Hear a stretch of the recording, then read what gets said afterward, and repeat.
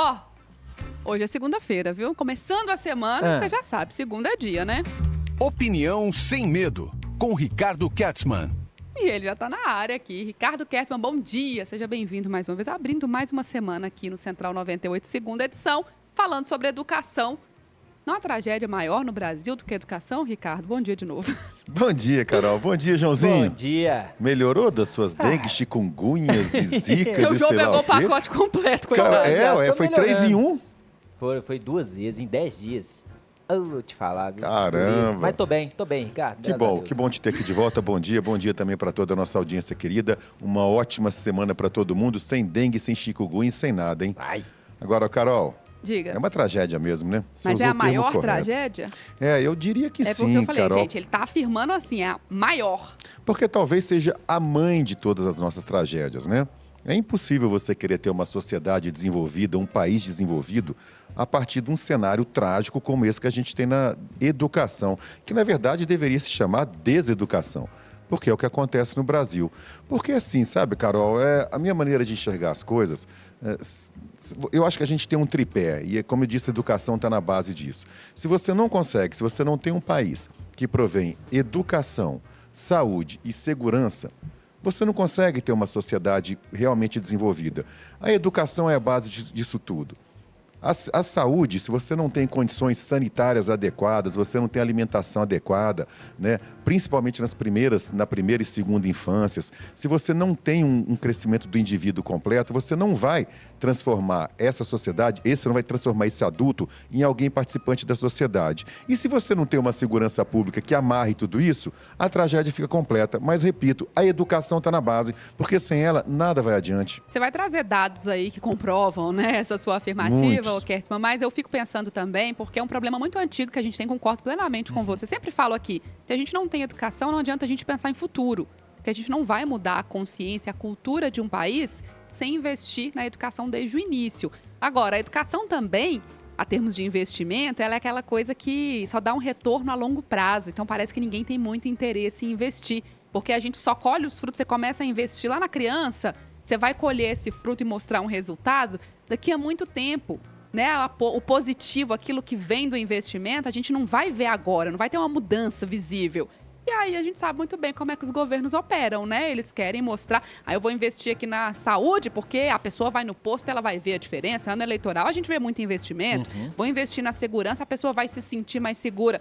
A educação é aquilo, eu invisto aqui, mas quando a pessoa vê o resultado, eu já nem tô mais aqui nessa disputa, já nem tô mais aqui em cena. Será que tem isso também?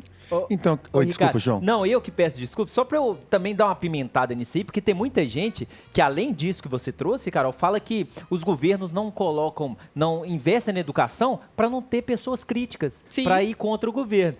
Tem isso também, Ricardo? Porque isso aí, muita gente fala disso. Eu não concordo, tá? E vou explicar por quê, né? Eu vou tentar juntar as duas pontas aí.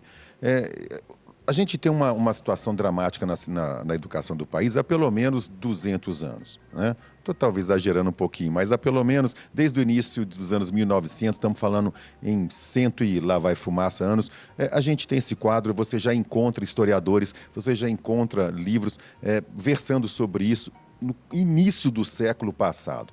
Então não é um problema recente. E aí não dá para a gente imaginar que existe um conluio entre todos os governantes ao longo das décadas, se reúnem e falam assim, não vamos investir em educação, porque senão nós vamos ser os piores, os mais prejudicados. Eu acho que acontece o seguinte, os nossos políticos, o poder público, ele é formado por nós mesmos. São pessoas como nós que se candidatam, acabam sendo eleitas para nos representar. É o reflexo da sociedade, né? Exatamente, eles não caem de Marte. E, de alguma forma, nós brasileiros, a sociedade brasileira, negligencia a importância da educação. Você falou dos números, eu até peguei aqui uma colinha, né? Estou com o iPad aqui em mãos, porque os números são muitos e são absurdos. Gente, e são dados atuais, tá? Dados do IBGE, do Instituto Brasileiro de Geografia e Estatística. 11%, João, dos brasileiros entre 11 e 19 anos, estamos falando de 2 milhões de pessoas, estão fora da escola. E a principal causa, eu me lembro da gente já ter debatido isso aqui, Carol, não sei em que programa, a principal causa é a pobreza, a necessidade que essas crianças têm de trabalhar, de ajudar a sustentar a família. Fora aquela outra chaga que a gente tem na nossa sociedade, que é a gravidez precoce. Muitas meninas engravidam muito cedo e têm que cuidar dos filhos.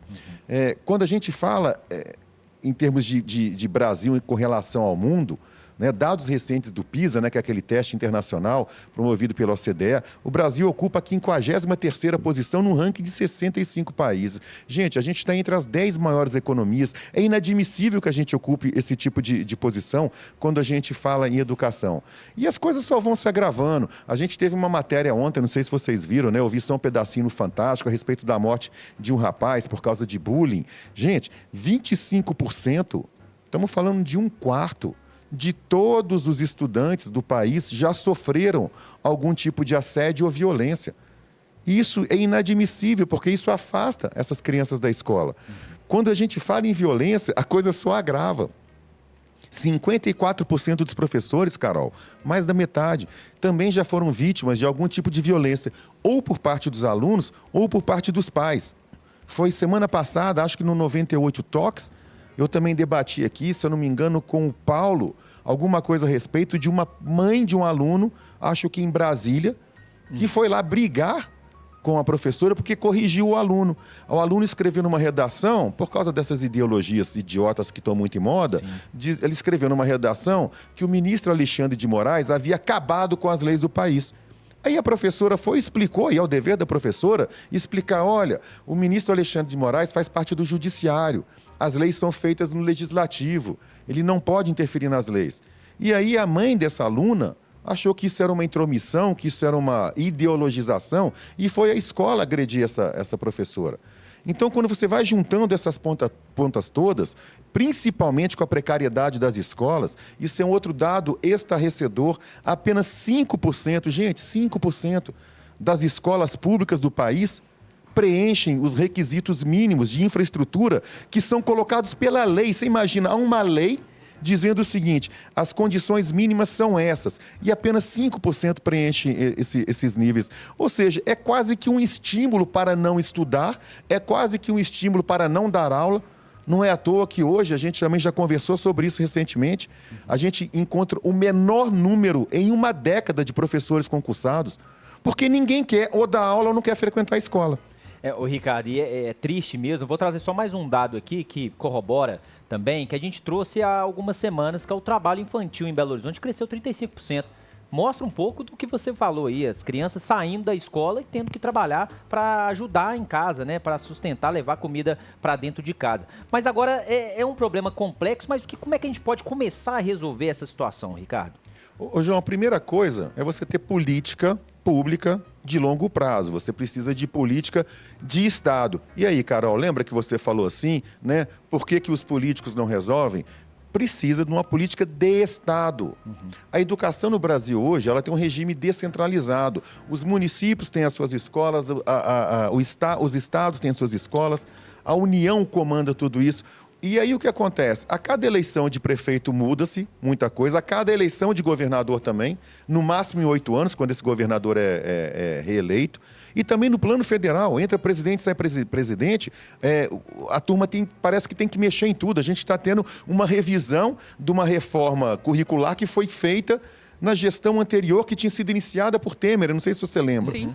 Então, se você não tiver uma política de longo prazo e uma política de Estado, não de governo, que aí vai independer de quem seja eleito, não vai resolver nada. Carol, a Coreia do Sul passou por isso e só no momento em que ela estipulou essa política de longo prazo, em 50 anos, porque esse é o prazo, você precisa de 5 décadas, você transformou o país. A mesma coisa ocorreu no Vietnã, Israel, Singapura. Você tem exemplos muito bem-sucedidos no mundo que, através de políticas de educação em longo prazo, você consegue transformar efetivamente a sociedade. Nesses números, João, eu trouxe aqui também, você imagina que hoje, olha o tanto de gente que eu estou falando, 10 milhões de brasileiros entre 18 e 29 anos não terminaram o ensino médio. Gente, dados atuais, mais de 70 milhões de pessoas não completaram o ensino básico. É uma tragédia. A gente tem mais de 2/3 da população brasileira consideradas analfabetos funcionais. Ou seja, são pessoas que leem, que escrevem, mas não conseguem compreender, no sentido amplo, a mensagem dentro do que eles estão lendo. Como é que a gente consegue formar uma sociedade assim? E isso, João, reflete basicamente e reflete cruelmente na economia. Porque se a gente não tem jovens preparados, eles não fazem ou uma universidade ou um curso técnico adequado, não se transformam em profissionais adequados, então vão trabalhar em empregos de menor qualidade com menores salários. A produtividade de um brasileiro hoje é...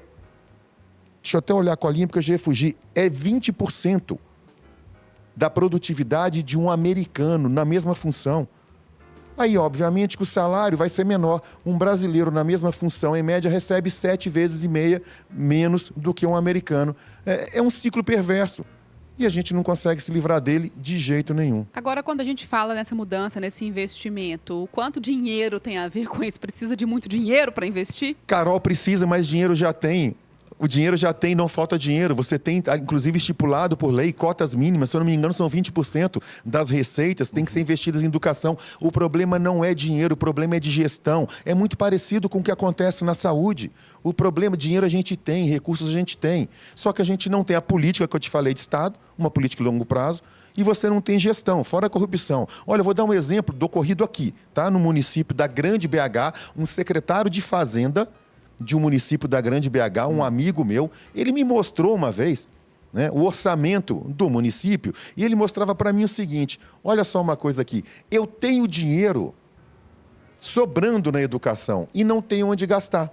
Em contrapartida, ele tem outras rubricas que ele não tem dinheiro, mas ele não pode mover esses recursos, porque senão ele acaba incorrendo em crime de improbidade. Ô, João, uma vez ele teve uma ideia, né, dentro desse conceito de educação, ele percebeu que esse município, todas as crianças já eram atendidas por transporte escolar.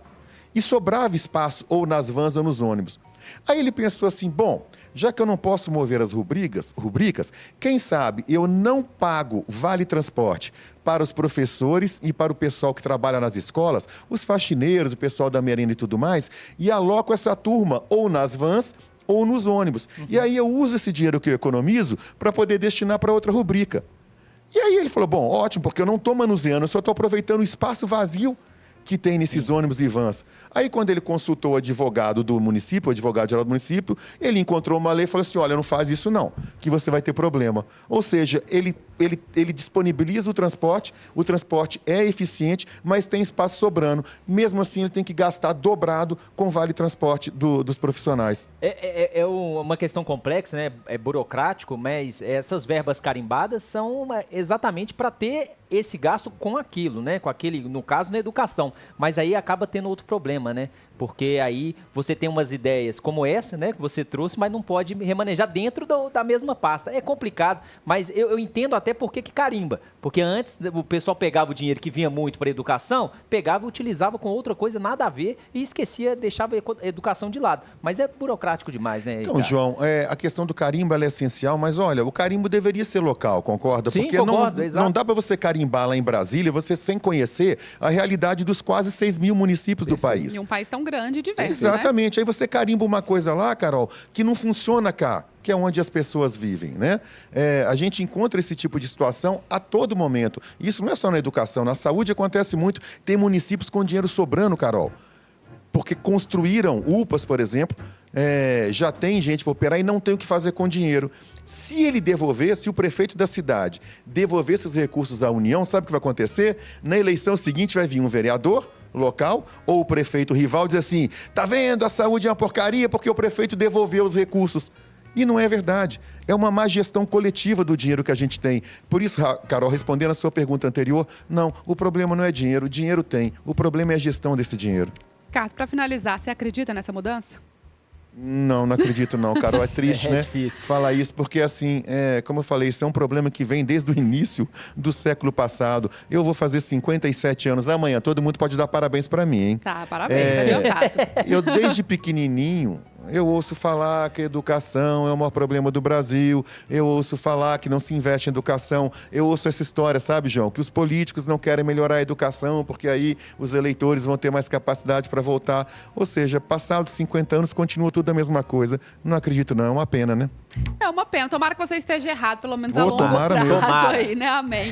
Ó, Ricardo Kertzmann, Opinião Sem Medo, toda segunda-feira, aqui na segunda edição do Central 98. Ricardo, obrigada. Até semana que vem, viu? Obrigado, boa semana pra todo mundo. João, vê se cuida, hein? Ah, não vou. É, Passar João vai- repelente. Lá em casa eu tô jogando repelente até nos mosquitos, Ricardo.